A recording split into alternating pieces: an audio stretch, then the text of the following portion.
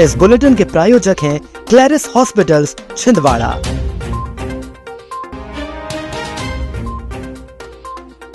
विदाई का अनोखा अंदाज, सपना पूरा करने दुल्हन को ट्रक में कराया विदा। भाई की हत्या के आरोपी को पुलिस ने 24 घंटे में किया गिरफ्तार।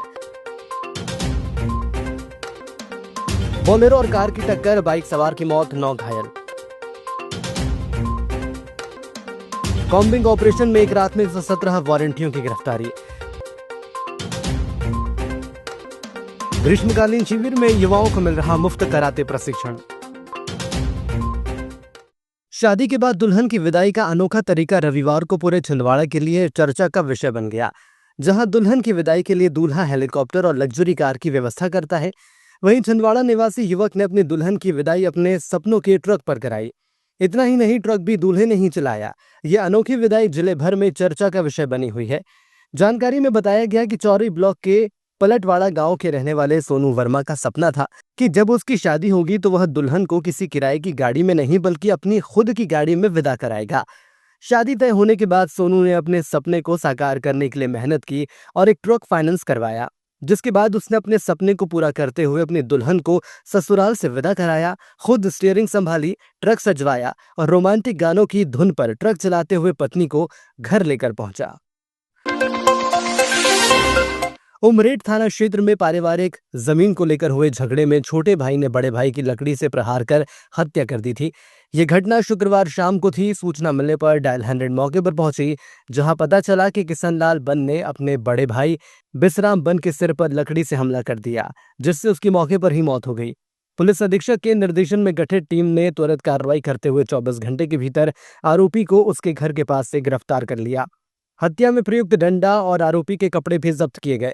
पुलिस अधीक्षक ने टीम को उत्कृष्ट कार्य करने के लिए पुरस्कृत करने की घोषणा की। सिवरी मार्ग पर सोयाबीन प्लांट के पास शनिवार देर रात एक कार और बोलेरो वाहन की आपस में टक्कर हो गई। दोनों वाहनों की रफ्तार इतनी तेज थी कि एक वाहन किनारे से निकल रहे बाइक सवार पर जा गिरा। उक्त वाहन में दबने से बाइक सवार सुकेश मालवी की मौत हो गई, जबकि उसकी पत्नी एवं पुत्र गंभीर रूप से घायल हैं, जिनका उपचार जिला अस्पताल में चल रहा है। पुलिस अधीक्षक अजय पांडे के निर्देश पर छिंदवाड़ा पुलिस ने 10-11 मई की रात प्रदेश स्तरीय कॉम्बिंग ऑपरेशन चलाया। इस दौरान 11 स्थायी सहित कुल 117 वारंटियों को गिरफ्तार किया गया। साथ ही 99 गुंडा, 17 निगरानी बदमाश, 10 जेल से रिहा आरोपी और 49 कबाड़ियों की सघन जांच की गई। 27 व्यक्तियों से 212 लीटर अवैध शराब जब्त की गई एवं 4 गुमशुदा लोगों को खोजकर परिजनों से मिलाया गया। थाना चांद की टीम ने सर्वाधिक 13 वारंटी शामिल किए। कानून व्यवस्था बनाए रखने का यह अभियान लगातार जारी रहेगा। जिला खेल एवं युवा कल्याण विभाग द्वारा ग्रीष्मकालीन खेल प्रशिक्षण शिविर के तहत 1 मई से 31 मई तक पुलिस ग्राउंड में निःशुल्क कराटे प्रशिक्षण दिया जा रहा है। इंटरनेशनल कराटे खिलाड़ी रविंद्र जायसवाल ने बताया कि फिटनेस और आत्मरक्षा के लिए कराटे सबसे बेहतर मार्शल आर्ट है, जिसे युवाओं को जरूर सीखना चाहिए। प्रशिक्षण कोच कविता थापा, कन्हैया पवार, आन्या सोनी और अथर्व सोनी द्वारा किया जा रहा है। ये शिविर खिलाड़ियों और युवाओं में आत्मविश्वास व अनुशासन को बढ़ावा दे रहा है। रविवार को राष्ट्रीय मातृ दिवस के उपलक्ष्य में नेमा छारसूत्र संस्थान, त्रिशक्ति राष्ट्रीय मंच एवं विप्र नारी शक्ति सेवा संस्थान के संयुक्त तत्वाधान में निःशुल्क स्वास्थ्य परीक्षण, दवा वितरण एवं पंचकर्म सेवा शिविर का आयोजन किया गया। कार्यक्रम के संयोजक डॉक्टर पवन नेमा ने बताया कि शिविर में 53 महिलाओं की जांच आयुर्वेद अधिकारी डॉक्टर रश्मि नेमा द्वारा की गई है। कार्यक्रम की मुख्य अतिथि श्रीमती शारदा मिश्रा रही। इस अवसर पर सामाजिक कार्यों में सक्रिय महिलाओं एवं संस्थाओं को सम्मानित भी किया गया। शिविर के सफल संचालन में कई समाज सेवियों का विशेष सहयोग रहा। मध्य प्रदेश उर्दू अकादमी, मध्य प्रदेश संस्कृत परिषद और संस्कृत विभाग के तत्वाधान में जिला अदब गोष्ठी द्वारा जरा याद करो कुर्बानी कार्यक्रम का आयोजन रविवार को किया गया। ये कार्यक्रम स्वतंत्रता सेनानी चुन्नीलाल राय एवं अब्दुल मजीद आजाद की स्मृति को समर्पित रहा। इस कार्यक्रम में स्मरण एवं रचना पाठ प्रस्तुत किए गए। साहित्य प्रेमियों और नागरिकों ने वीर शहीदों को श्रद्धांजलि अर्पित की। अमन और चैन हमेशा ही रहे दुनिया में, बड़ी जिम्मेदारी के साथ सुनिएगा। अमन और चैन हमेशा ही रहे दुनिया में, हम यही रोज नमाजों में दुआ करते हैं। अमन और चैन हमेशा ही रहे दुनिया में। हम यही रोज नमाजों में दुआ करते हैं। हम लोग का निवास स्थान है और मैं उनका सबसे छोटा पुत्र हूँ। मैं उनके विषय में यही बोल सकता हूँ कि उनका जन्म 1920 में छिंदवाड़ा में ही हुआ था और निश्चित ही हमारे यहाँ जो हमारे दादा थे लक्ष्मीलाल जी, उर्दू एकेडमी मध्य प्रदेश संस्कृति परिषद द्वारा ये प्रोग्राम आयोजित किए जाते हैं। इस साल ये दो महान स्वतंत्रता संग्राम सेनानियों के याद में ये प्रोग्राम किया जा रहा है।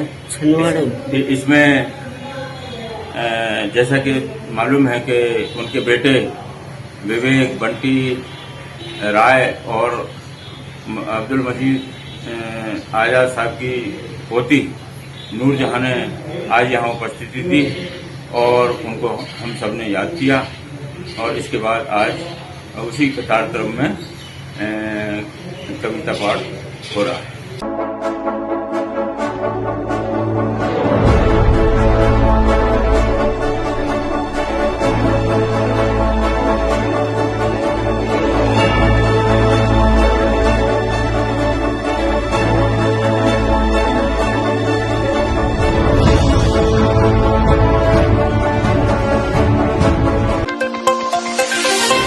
शनिवार को वीआईपी रोड स्थित रेमंड्स में आदि पत्रकार महर्षि नारद जयंती समारोह का भव्य आयोजन किया गया।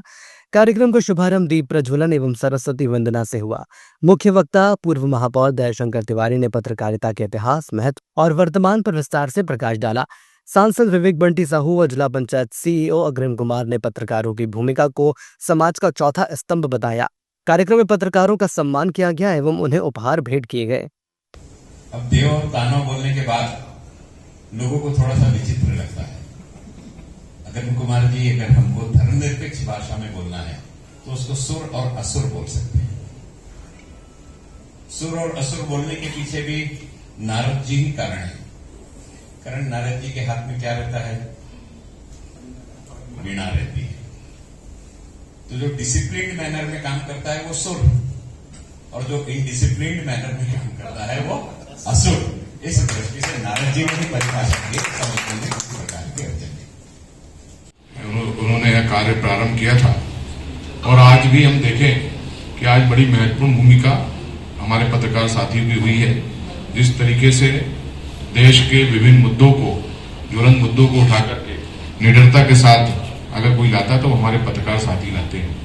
और आज जो देश का माहौल है, आज जो स्थिति निर्मित हुई है, इस स्थिति में हमारे समस्त पत्रकार साथियों की भूमिका भी बड़ी महत्वपूर्ण हो गई है।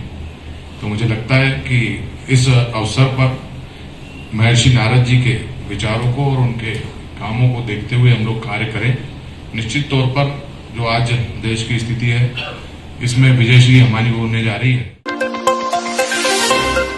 संत आसाराम गुरुकुल द्वारा विगत कई वर्षों से गर्मी के मौसम में मानव सेवा के उद्देश्य से राहगीरों को ठंडी छाछ का वितरण कराता आ रहा है। हर रविवार को चिलचिलाती धूप में चल रहे यात्रियों के लिए यह पहल संजीवनी साबित हो रही है। राहगीरों ने छाछ का सेवन कर राहत और ठंडक का अनुभव किया। ये सेवा भावना समाज में सकारात्मक संदेश भी दे रही है। गुरुकुल के सेवकों द्वारा नियमित रूप से यह कार्य समर्पण भाव से किया जा रहा है। संत श्री आशाराम जी बापू के प्रेरणा से हम हर साल विगत कई वर्षों से छाछ की सेवा की जाती है और जो गर्मी में लोगों को राहत मिले इसलिए राहगीरों को छाछ पिलाया जाता है। ये हर रविवार को किया जाता है और कई सालों से चल रहा है।